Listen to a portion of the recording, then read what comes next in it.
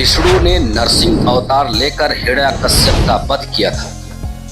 हिरण्यकश्यप एक दैत्य था जो खुद को भगवान मानता था। उसने कठोर तपस्या करके ब्रह्मा जी से वरदान पाया था कि कोई भी उसे मार नहीं सकता। हिरण्यकश्यप के अत्याचारों से परेशान होकर भगवान विष्णु ने नरसिंह अवतार लिया और उसका वध किया। नमस्कार, मैं वी.के. यादव और आप देख रहे हैं भारत न्यूज लाइव। आइए हम ले चलते हैं कि हिरण्यकश्यप का वध कैसे हुआ। हिरण्यकश्यप का वध आपको हम बताते हैं। हिरण्यकश्यप के पुत्र प्रहलाद भगवान विष्णु के भक्त थे। हिरण्यकश्यप को यह बात पसंद नहीं थी।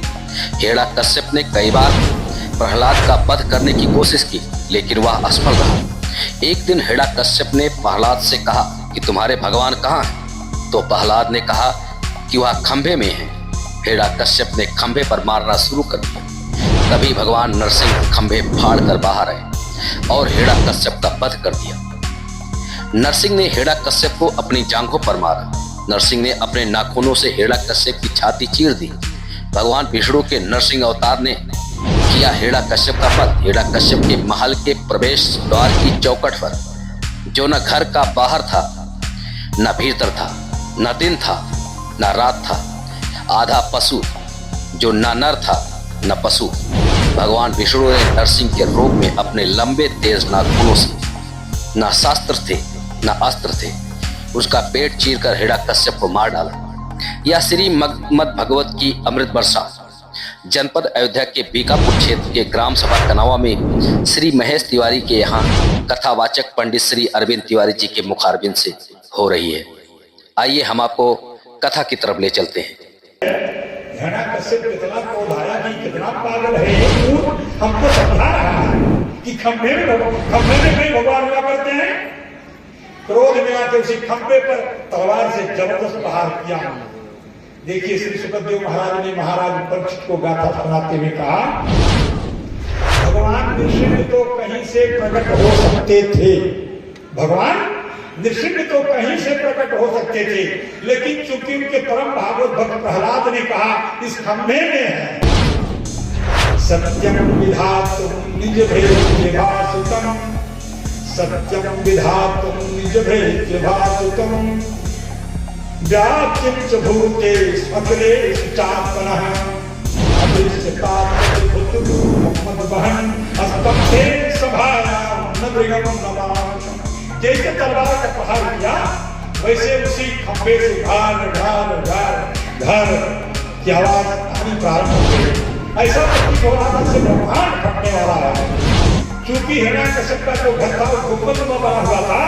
जब खंभे से घर घर घर की आवाज आनी शुरू हुई तो चारों तरफ देखने का आवाज कहाँ से आई।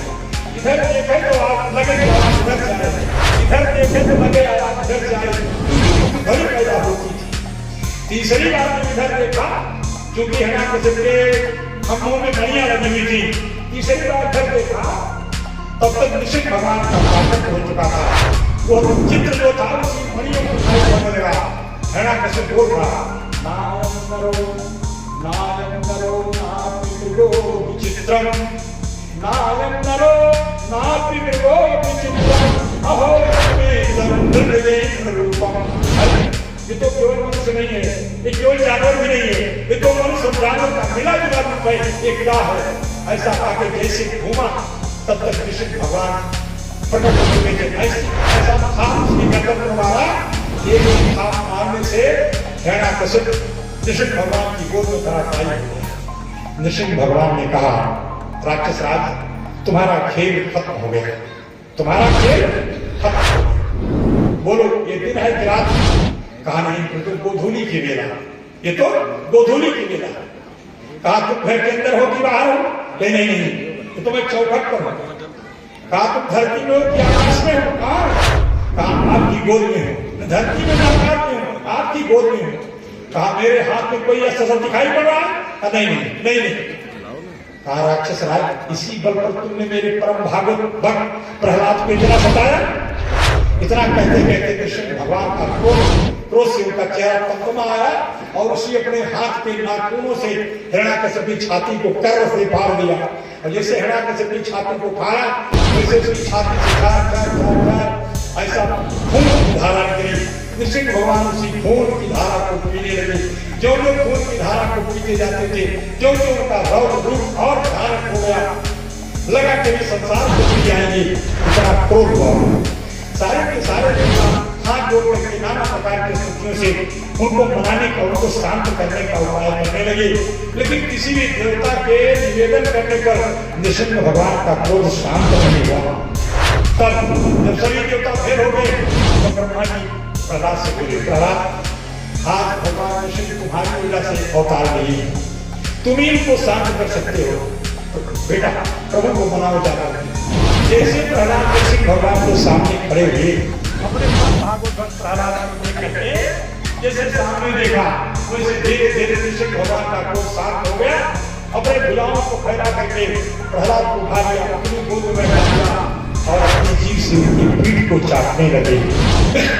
बार बार हाथ उनके मस्तक पर फेरने लगे। प्रहलाद, बताओ क्या चाहते हो? बेटा, आज जो मांगोगे वही दूंगा।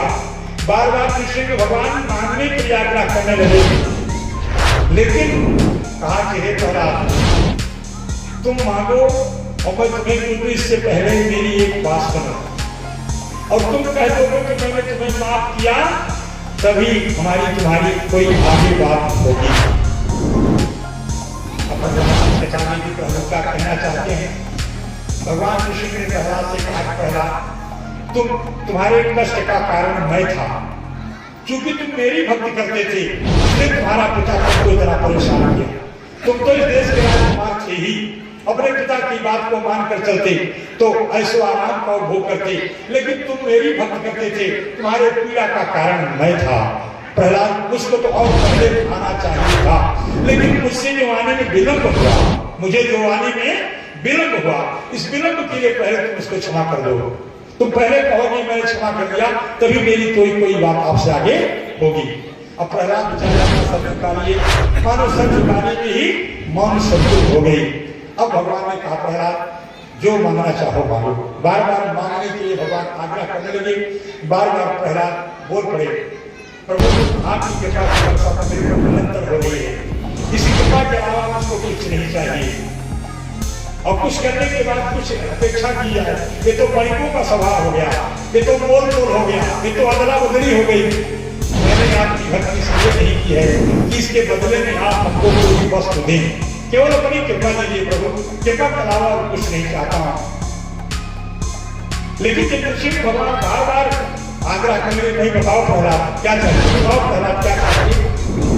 तब प्रहलाद ने कहा, प्रभु अगर देना चाहते हैं तो कृपा कर दो, इन्हीं मेरे पिता की सदगत कर दीजिए, इन्हीं मेरे पिता को राक्षस योनि से मुक्त कर दीजिए। जिस पिता ने प्रहलाद को मारने के लिए क्या क्या उपाय नहीं, जिस पिता ने प्रहलाद को मारने के लिए क्या क्या उपाय नहीं किया, आज प्रहलाद ने कहा कि प्रभु अगर कुछ करना चाहते हैं तो इन्हीं मेरे पिता की सदगत कर दीजिए, इनको राक्षस योनि से मुक्त कर दीजिए। जैसी बात प्रहलाद ने कही, वैसे नृसिंह भगवान बोल पड़े। कहा, प्रहलाद, त्रिशक्ति पिता होते हैं। कहा कि प्रहलाद, पिता के बिगड़ने से खानदान की एक पीढ़ी बर्बाद होती है।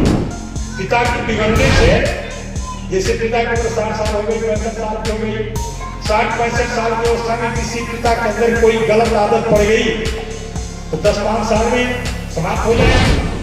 यानी पिता के बिगड़ने से खानदान की एक पीढ़ी बर्बाद होती। लेकिन हे प्रहलाद, पुत्र के बिगड़ने से खानदान की 3 पीढ़ियां बर्बाद होती। अगर पुत्र नालायक निकल गया तो अपने बूढ़े माता पिता की सेवा नहीं कर पाएगा, स्वयं अपनी व्यवस्था नहीं देख पाएगा, और फिर अपनी तीसरी पीढ़ी में अपने बच्चों की देखरेख, पढ़ाई लिखाई की व्यवस्था नहीं कर पाएगा। पिता के बिगड़ने से खानदान की एक पीढ़ी बर्बाद होती है, लेकिन पुत्र के बिगड़ने से खानदान की 3 पीढ़ियां बर्बाद हुआ करती हैं। हे प्रहलाद, तुम जैसे भगवत भक्त पुत्र जिस खानदान में पैदा हुआ करते हो, उस खानदान की 21 पीढ़ियां पहले की और 21 पीढ़ियां बाद की तर जाया करती हैं। तुम जैसे भगवत भक्त जिस खानदान में पैदा हुआ करते हो। प्रहलाद, आज एक वरदान मैं तुमको अपने पास से दे रहा हूं। आज के बाद तुम्हारे दैत्य दानव परिवार का कहा कि सुनो प्रहलाद, मैंने युद्ध के मैदान में अन्य राक्षसों को दौड़ा दौड़ा के मारा, लेकिन तुम्हारे पिता को मैंने गोद में लिटा के मारा। इसीलिए गोद में लिटा के मारा कि मैं जानता था कि मेरे परम भागवत भक्त प्रहलाद का पिता है। इसकी सदगत करने के लिए ही तो मैंने इसको अपनी गोद में लिटा करके मारा है। मैं जिसको अपने अंग संकटास पर देता हूँ उसका तो मैं उद्धार कर ही दिया करता हूँ। एक वरदान आज मैं तुमको अपनी तरफ दे रहा हूँ। आज के बाद तुम्हारे दैत्य दानव परिवार का चाहे कोई मेरा चाहे कितना भी विरोध क्यों न करेगा, आज के बाद मैं युद्ध के मैदान में तुम्हारे खानदान की किसी व्यक्ति को मारूंगा नहीं। इतना कहकर के कृष्ण भगवान अंतर्धान हो गए। बोले वृंदावन बिहारी लाल की जय। अर्जुन रथ महा क्यों प्रेम के बसे, अर्जुन रथ महा क्यों भूल गयो ठकुराई, सबसे ऊंची प्रेम सगाई। ऐसे कहते हुए भक्त प्रहलाद अपने साथियों से बोले, हे भाई आओ एक बार हम लोग फिर से भगवान के नाम का कीर्तन करते हैं। आगे आगे प्रहलाद कीर्तन कराने लगे, पीछे पीछे सारे दैत्य दानव परिवार के साथी जो थे वह सब कीर्तन करने लगे। श्री राम जय राम जय जय राम, श्री राम जय राम जय जय राम, श्री राम जय राम जय जय राम, श्री राम जय राम जय जय राम, श्री राम जय राम जय जय राम, श्री राम जय राम जय जय राम, श्री राम जय राम जय जय राम। इधर प्रहलाद कीर्तन करा रहे थे, सारे दैत्य दानव परिवार के लोग कीर्तन करने लगे। इतने में ही हिरण्याकशिप के मन में विचार किया कि गुरुपुत्र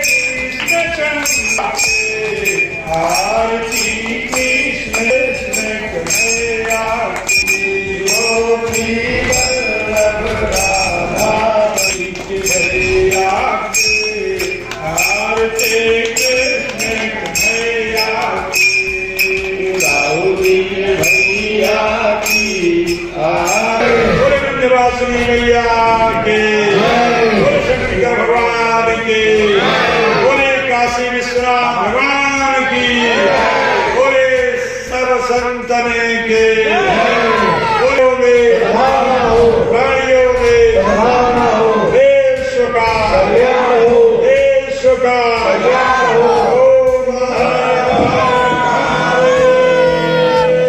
सर्वे भक्त